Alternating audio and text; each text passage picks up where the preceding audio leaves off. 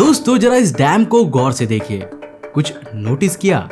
आपको भले ही ये डैम पूरी तरह नॉर्मल लग रहा होगा, पर कभी हमारी धरती से पूछे, क्योंकि ये डैम लिटरली अर्थ पर एक बोझ बन चुका है। साल 2004 में करीब $32 बिलियन की लागत के साथ बनने वाले इस डैम का नाम है थ्री जॉर्जेस डैम, और चाइना के संडाओपिंग में बनने वाले इस बांध का वजन करीब 4,63 मीट्रिक टन से भी ज्यादा आंका जाता है। अब दोस्तों अगर आप अभी भी इस भारी वजन की गहराई को नहीं समझ पा रहे हैं, तो आपकी जानकारी में बता दूं कि 175 मीटर ऊंचे इस बांध की वजह से धरती का मोमेंट ऑफ इनर्शिया हमेशा के लिए बहुत हल्का सा ही सही पर नोटिसेबली चेंज हो गया था, जिस वजह से इस डैम के निर्माण के बाद धरती की रोटेशन स्पीड 0.06 माइक्रोसेकंड्स कम हो गई थी। लेकिन घबराने वाली बात ये नहीं है कि धरती की रोटेशनल स्पीड कम हो गई है, बल्कि रीसेंट स्टडीज में हमें ये पता चल रहा है कि धरती की रोटेशन स्पीड लगातार तेज होती जा रही है। पर आखिर क्यों और इसके पीछे का कारण क्या है, जानेंगे आज के इस एपिसोड में। तो हेलो गाइस, मैं हूं कौशिक और चलिए शुरू करते हैं एक और नया एपिसोड को।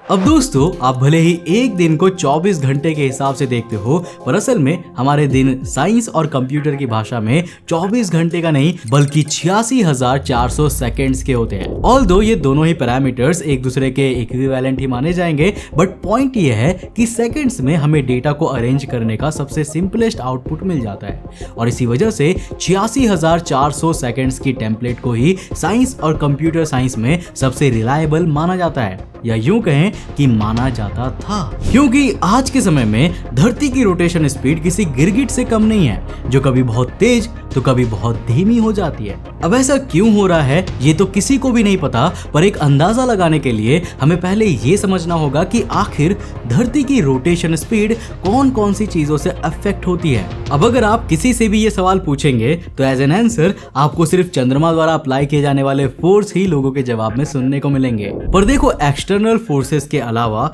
धरती के अंदर भी बहुत सी ऐसी इंटरनल चीजें हैं जो धरती की रोटेशन को बहुत मैसिवली घटाने या फिर बढ़ाने का काम करती है। अब इनमें से कुछ इंटरनल सोर्सेज हैं धरती के अंदर होने वाली core mantle coupling, overall distribution of mass on the planet, seismic activity, glaciation, weather, the oceans और सबसे इग्नोर्ड अर्थ की मैग्नेटिक फील्ड। दोस्तों वैज्ञानिक ऐसा एस्टिमेट करते हैं और कई मामलों में प्रूव भी कर चुके हैं कि धरती पर चीजों का मास टोपोग्राफिक कंडीशंस के अकॉर्डिंगली हमेशा इक्विटेबल मैनर में ही डिस्ट्रीब्यूट होना चाहिए। अब देखो, अगर किसी भी लोकेशन में उसकी टोपोग्राफी के हिसाब से हायर डेंसिटी के साथ बहुत ज्यादा मास एक जगह पर डाल दिया जाता है, तो उससे कहीं ना कहीं ना सिर्फ धरती पर उसकी कैपेसिटी से ज्यादा बोझ पड़ता है, बल्कि धरती का मोमेंट ऑफ इनर्शिया भी डिस्टर्ब हो जाता है, जिससे बाद में जाकर धरती किस तरह से अपनी रोटेशन स्पीड में रिडक्शन देखती है, ये तो हम आपको वीडियो के स्टार्ट में ही बता चुके हैं। हालांकि देखो, इस फैक्ट को इग्नोर नहीं किया जा सकता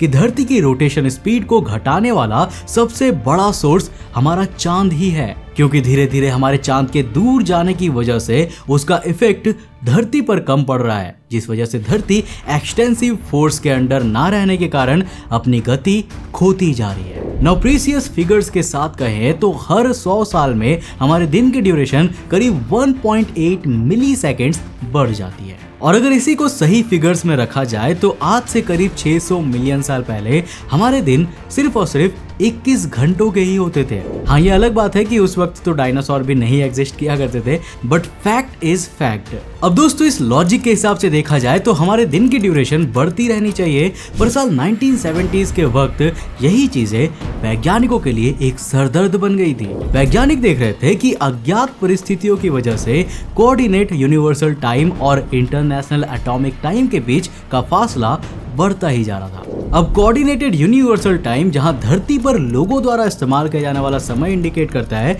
तो वहीं पर इंटरनेशनल एटॉमिक टाइम अर्थ की रोटेशन कंप्लीट होने के साथ चलती रहती है। नाउ नॉर्मली इन दोनों ही घड़ियों को हमेशा एक साथ चलना चाहिए, ताकि इंसानों द्वारा यूज किया जाने वाला समय धरती के अकॉर्डिंग हमेशा सही ही रहे। लेकिन जब इतनी सारी डेविएशंस देखने को मिलने लगी तो वैज्ञानिकों को समझ में नहीं आ रहा था कि आखिर वो इस डेविएशन को कम कैसे करें, और इसी डेविएशन को एडजस्ट करने के लिए इंट्रोड्यूस किया गया लीप सेकंड का। अब दोस्तों बेसिकली वैज्ञानिकों ने डिसाइड किया कि अगर कभी इन दोनों ही घड़ियों के बीच का फासला 1 सेकंड की लिमिट को एग्जीड करेगा तो कोऑर्डिनेटेड यूनिवर्सल टाइम में अपनी तरफ से 1 सेकंड को बढ़ा देंगे ताकि बैलेंस मेंटेन रह सके, और इस बढ़ने वाले 1 सेकंड को ही लीप सेकंड कहा जाता है। अब 30 जून 1972 में पहली बार इस्तेमाल किए जाने के बाद ये सोचा गया था कि लंबे समय तक इसकी जरूरत पड़ेगी ही नहीं। पर मेरे दोस्त, धरती पर भगवान जाने क्या फ्लक्चुएशंस हुई कि रोटेशन स्पीड अचानक से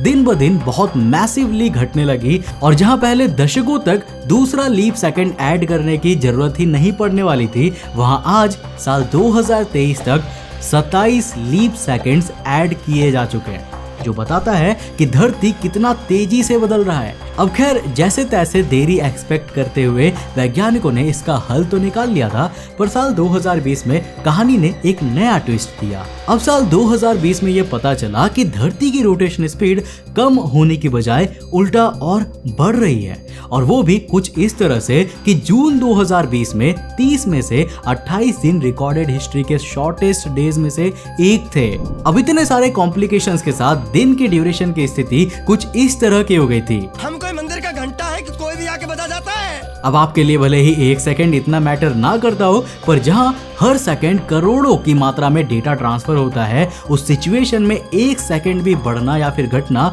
बहुत बड़ा हेडेक बन जाता है। उदाहरण के लिए जब साल 2012 में लीप सेकंड ऐड किया गया था ना, तब रेडिट, येल्प, लिंक्डइन और फोरस्क्वेयर जैसे बड़ी बड़ी वेबसाइट टाइम क्वेरी और इंटरनेशनल डेटा सेट मैच ना करने की वजह से काफी देर तक बंद पड़ गई थी। और इससे भी बड़ी बात यह थी कि ऑस्ट्रेलिया की कैंटस एयरलाइंस का पूरा कंप्यूटर सिस्टम ही घंटों के लिए बंद हो गया था, जिसके बाद लिटरली एयरपोर्ट में ऐसी भसड़ मची थी कि स्टाफ को बिल्कुल प्रिमिटिव तरीकों का इस्तेमाल करके पैसेंजर्स को चेक इन करवाना पड़ा था। अब देखो, इसका मेजर कारण ये भी है कि बहुत सी वेबसाइट्स इस वक्त और इवन आज भी यूनिक्स में लिखे गए अपने कोड्स पर ही रन करते हैं, जिस वजह से घड़ी में होने वाले हल्के फुल्के बदलाव भी उनके सिस्टम्स को इतनी बुरी तरह से अफेक्ट करती है। अब इसके अलावा अगर हम लोग रियल मनी की बात करें तो स्टॉक मार्केट में तो हर सेकेंड ही करोड़ों नहीं बल्कि अरबों का होता है। फोर्ब्स में पब्लिश होने वाली 2015 की रिपोर्ट में यह बताया गया था कि सिर्फ 1 सेकंड में 1.4 million order messages US equity trading के लिए भेजे जाते हैं। $4.5 मिलियन से भी ज्यादा की वैल्यू के स्टॉक्स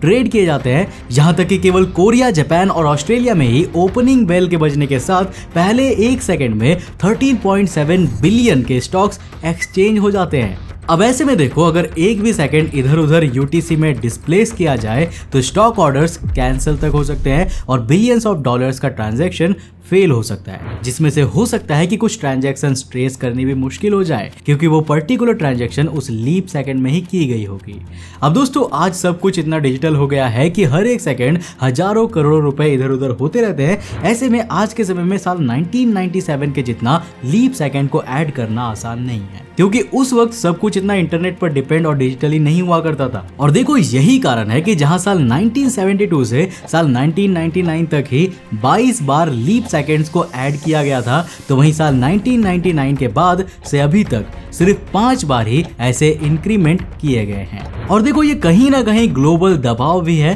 जिसकी वजह से पिछले 7 साल से इतनी हेर फेर होने के बावजूद टाइम में कोई बदलाव नहीं किया गया है। हालांकि जिस गति से धरती पर फ्लक्चुएशंस हो रही है, उसके हिसाब से वैज्ञानिक एक नए कॉन्सेप्ट को इंट्रोड्यूस करने का प्लान कर रहे हैं, which would be negative leap second. Same पहले की तरह ये वाला सेकंड यूटीसी से माइनस किया जाएगा, क्योंकि पिछले कुछ समय से रोटेशन में दिखने वाली तेजी बहुत जल्दी इन दोनों घड़ियों के बीच के डिफरेंस को घटा रही है। और अगर ऐसा स्टेप स्ट्रिक्टनेस के साथ नहीं लिया गया तो हम लोग वापस से उस बैलेंस को खो देंगे जिसके लिए इतनी मगजमारी की थी। अब रही बात रोटेशन स्पीड के बढ़ने की, तो वैज्ञानिक ऐसा अंदाजा लगाते हैं कि ग्लेशियर्स के पिघलने की वजह से पोल्स पर मौजूद वजन धीरे धीरे घट रहा है और वो पानी के रूप में दुनिया के अलग अलग हिस्सों में डिस्ट्रीब्यूट होता जा रहा है, जिस वजह से टोपोग्राफिक सेंटर्ड मास कंसंट्रेशन की बजाय डाइल्यूट होने की वजह से अर्थ का moment of inertia positively impact हो रहा है, leading to increment in the speed of rotation.